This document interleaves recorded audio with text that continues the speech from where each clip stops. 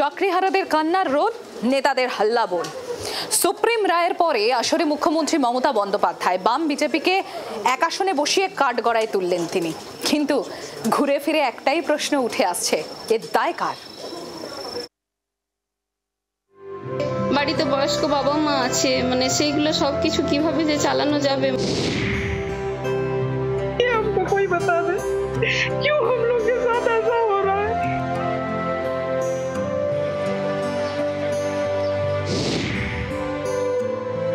একটাই প্রশ্ন, প্রায় 26,000 মানুষের জীবন নিয়ে এই ছেলে খেলার দায় কার? বৃহস্পতিবার সুপ্রিম কোর্টের নির্দেশের পরেই শুরু হয়েছে রাজনীতির তু ম্যায়।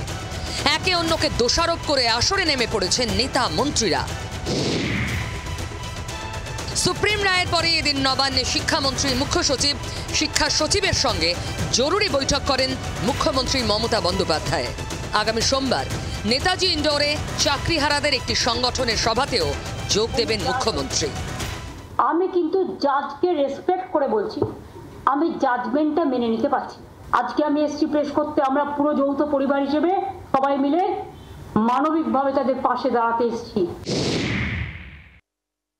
মমতা ব্যানার্জি জানতেন যে 6,000 লোককে তার ভাইপো পার্থ চ্যাটার্জিরা মিলে অবৈধভাবে টাকার বিনিময়ে এবং নেতা নেত্রীদের আত্মীয়দের চাকরি দিয়েছেন।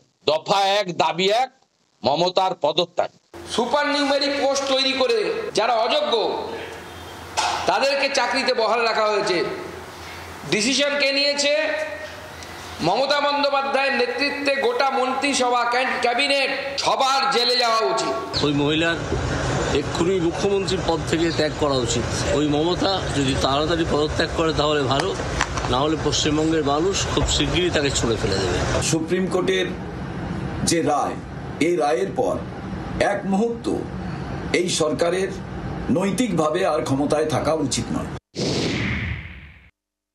রামনবমীর পরে কলকাতাতে বড় মিছিল হবে এবং পর্যায়ক্রমে নবান্ন অভিযান, সব কর্মসূচি এপ্রিল মাসের মধ্যে ভারতীয় জনতা পার্টির পক্ষ থেকেও আমরা নিচ্ছি। এদিকে চাকরি বাতিলে রাম বাম শিবিরকে পাল্টা নিশানায় রেখেছেন মুখ্যমন্ত্রী। এতগুলো মানুষের চাকরি যাওয়ার পরে বিজেপির মন্ত্রী সুকান্ত বাবু বলছেন অযোগ্যদের জন্য যোগ্যদের চাকরি গেছে, এর জন্য আমি নাকি দায়ী। তো আপনারা প্রথমে যখন কেস করলেন একবার ভাবলেন না কারা যোগ্য আর কারা অযোগ্য?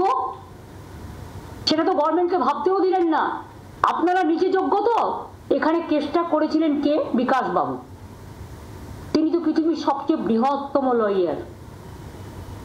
তাকে কেন তিনি এখনো নোবেল প্রাইজ পাচ্ছেন না আমি জানি না। পাওয়া উচিত। ভাবছি একটা রেকমেন্ডেশন করব। মুখ্যমন্ত্রীর আক্রমণের জবাব দিতে পাল্টা আসরে সিপিএম এর আইনজীবী বিকাশ ভট্টাচার্য। আমি তো সবসময় বলি যে লোকে বিপদে পড়লে ভগবানের স্মরণ নেয়, তৃণমূল এবং মমতা বিপদে পড়লেই বিকাশ এবং সিপিএম এর স্মরণ নেয়। দেখবেন ওরা কোনো বিপদ পড়লেই সিপিএম করেছে, বিকাশ ভট্টাচার্য করেছে। আমি ওকে আশীর্বাদ দিতে পারবো না। আমার এখন একটাই ওর পক্ষে আশীর্বাদ যে আগামী দিনে ওকে জেলে থাকতে হবে, সেই ব্যবস্থাটা করার। চাকরি বাতিল নিয়ে তরজা জারি, বিক্ষোভ জারি, কিন্তু দায় কার? সেই মোক্ষম প্রশ্নের উত্তর কি মিলছে? ব্যুরো রিপোর্ট, জি 24 ঘন্টা। বাংলার আওয়াজ, বাঙালির আবেগ, জি 24 ঘন্টা।